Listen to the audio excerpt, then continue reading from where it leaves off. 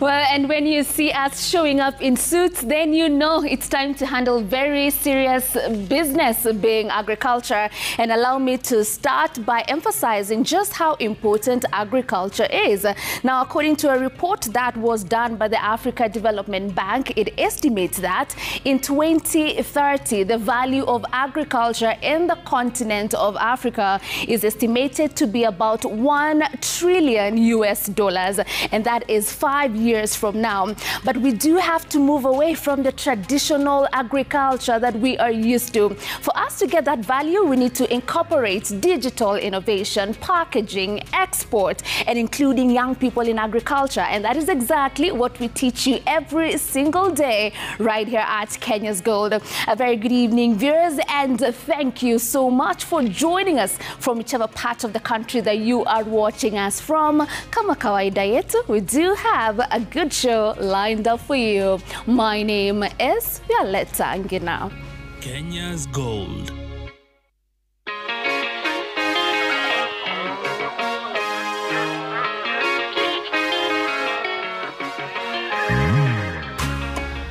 Right now, today has also been a very remarkable day for us because the budget for the year 2025 and 2026 has just been read. And of course, of importance for us right here at Kenya's Gold is the figure allocated for the agricultural sector.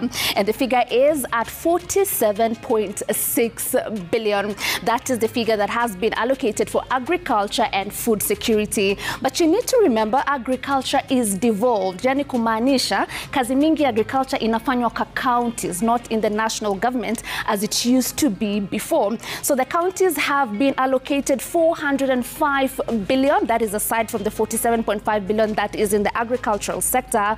Now 405 billion is going to be in the counties, and there will be a rider on how these figures will be distributed to different counties.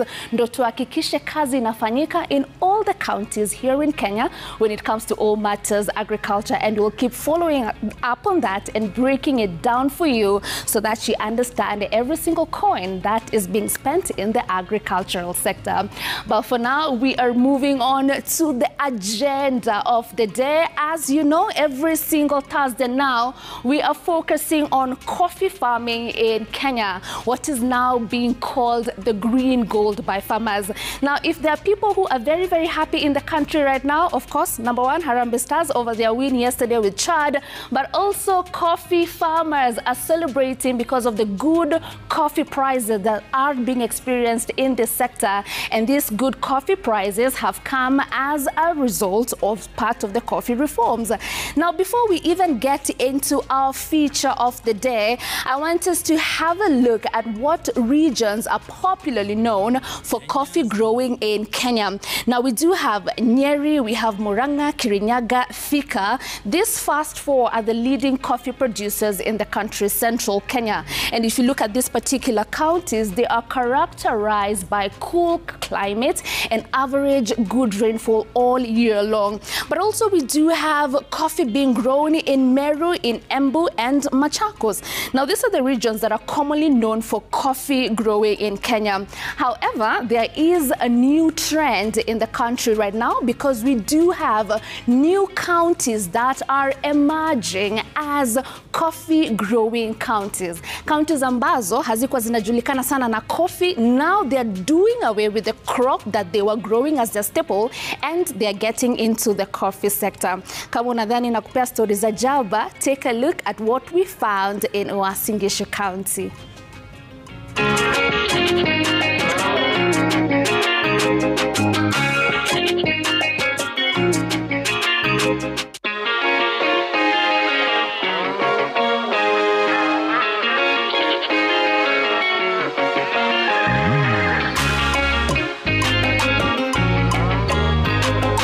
Another day, Another very exciting feature, and Kenya's Gold is coming through to you from Eldoret City, the home of champions. But on top of being the home of champions, also this is the region where a lot of maize is grown. Remember, Uasin Gishu generally is known as Kenya's food basket.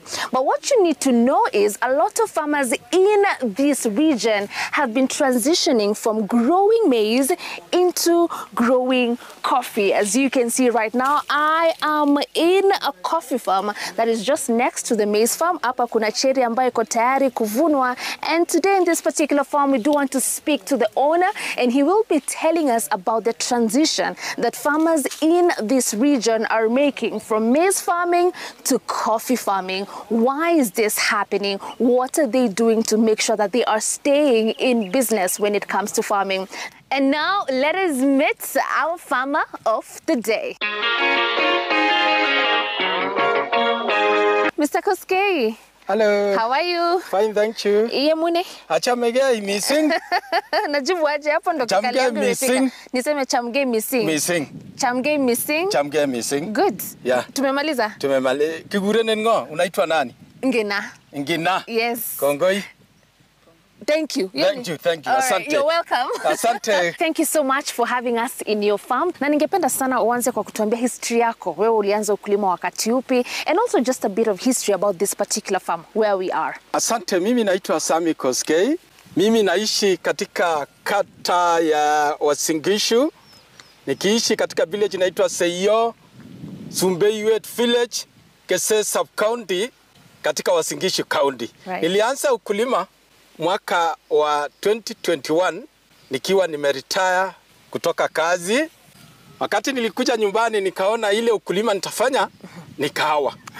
Initially nilikuwa napanda mahindi kuanzia eka 10 na kuendelea juu. Nikaona ile mafuno napata kwa mahindi ni kidogo mno. Tukaanzisha cooperative ya kahawa. Hiyo sasa ndio ilikuwa hiyo 2021. Yeah. Na uliretire mwaka upi? Niliretire 2021 hiyo. Wakati nilikuja nyumbani nikaona nitafanya namna gani. Good. Ndio sasa nikaamua kupanda kahawa. Lakini before retire ulikuwa unapanda mahindi? Nilikuwa napanda mahindi. Na ukaona na haikuwa pesa, haikuwa mahindi kidogo. Kuanzia 10 acres na kuendelea. Pia nimewahi kujaribu mambo ya ukulima pia ya fashion fruits katika hii shamba unaona sahihi. Nikapanda nusu eka, nikapata 1600. Nikasema wacha niongeze tena eka 2 that side. 600,000 from growing passion fruits. Ulikuwa na miti ngapi ya passion fruits? Nilikuwa na miti almost 800. Na kwa one harvesting ukapata karibu 600,000. Nikaona this ukulima sasa itakuwa mzuri. All right. Nikasema wacha niongeze hiyo eka 2 na kitu. Wakati nilipanda, wakati ilifika tu juu, wakati inataka kuzaa, ikakosa maji. Ikakauka, tena ikashikwa na ugonjwa. Yote ikaisha. Baada ya hiyo sasa kujua kwamba fashion fruits haitanisaidia. Sasa hiyo najitayarisha kuja nyumbani. Hapo passion fruits ulikuwa umeweka, ilikuwa sehemu gani ya hii shamba? Ilikuwa sehemu yote hii. Unaona mahali nimepanda kahawa. Mpaka the other side mahali ya mahindi. Na ukaamua kuongeza kwa sababu mara ya kwanza ulikuwa umepata kakitu. Kakitu. Nikaona nilipata 600, haikuwa pesa kidogo. 2021. So wakati iliniangusha, nikaamua sasa, nikasema nitapanda coffee. Ndo uanze sasa kupanda hii coffee. Ulikuwa umesikia kutoka kwa nani that coffee ina manufaa? Kwa sababu unajua huwezi amka tu na useme coffee, lazima umesikia kitu kuhusu coffee. Wakati nilianza, nilienda benchmarking kule Kipkelion Kericho. Right. Nikakuta coffee imepandwa, imenawiri. Imeshika kushika. Nikaona ni mzuri hata mimi nipande. Right. Ndio nikaanza sasa kuchimba mashimo ya kahawa. Na before niingililie hata nielewe ni variety gani mmepanda, unatunza kahawa yako aje, cooperative society yako ni gani? Pengine uniambie changamoto ambayo ulipitia na mahindi. Unajua watu wengi hapo Uasin Gishu County wanajulikana kwa kukuza mahindi. Lakini wewe ni kama hiyo mahindi umepunguza kidogo uingie kwa kahawa. Shida ilikuwa gani hapo kwa mahindi? Shida ya kwanza kwa mahindi. Ukipanda mahindi, expenses ya mahindi na mafuno, yields ambayo umepata katika mafuno. Ukikombea yields ambayo umepata na ile pesa umetumia katika mahindi. Ukiminus yale umetumia, utafaki na pesa kidogo zaidi. Profit. Hebu nipatie practical. Niambie hapa ulikuwa unatumia cost of inputs, kila kitu ilikuwa inakuja kama ngapi, alafu mwisho ukishauza unapata kama roughly ngapi, ndio kuona hii hesabu, hii hesabu waingiani. Okay, eka moja katika mahindi. Ukipanda kama hiyo unaona hiyo. Ukifuna unakongoa 20 sacks ya mahindi ya 90 kgs. Right. 20. Wakati hiyo mahindi ilikuwa 2500. Ambayo kumultiply hiyo pesa hiyo 2500 times 20 is almost 30,000. Ukiminus ile expenses umetumia, unapaki na pesa kidogo almost 5,000 ambayo haitakusaidia.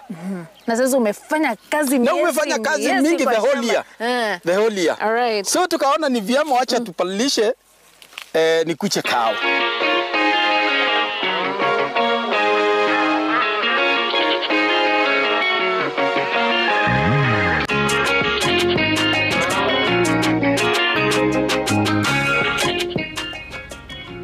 Well, we are just getting started on that story all the way from Uasin Gishu County, learning so much why farmers in this region are replacing maize in their farms with coffee. Ama unapata wengine wanapunguza, hawatoi mahindi kabisa, wanapunguza tu alafu wanaeka mahindi. That is the conversation that we are having today on the program, and when we come back, he'll shed more light on what are some of the benefits that they have been getting since they majored in coffee.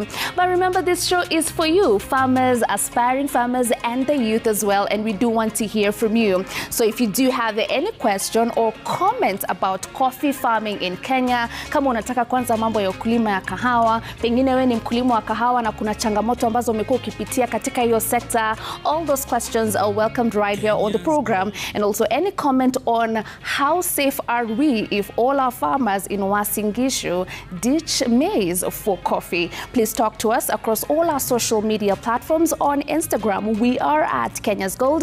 On X, we are at Citizen TV Kenya. And remember, you can also call us right here on the program, and the number to call us on is 0742-961-343. Please call us on 0742-961-343.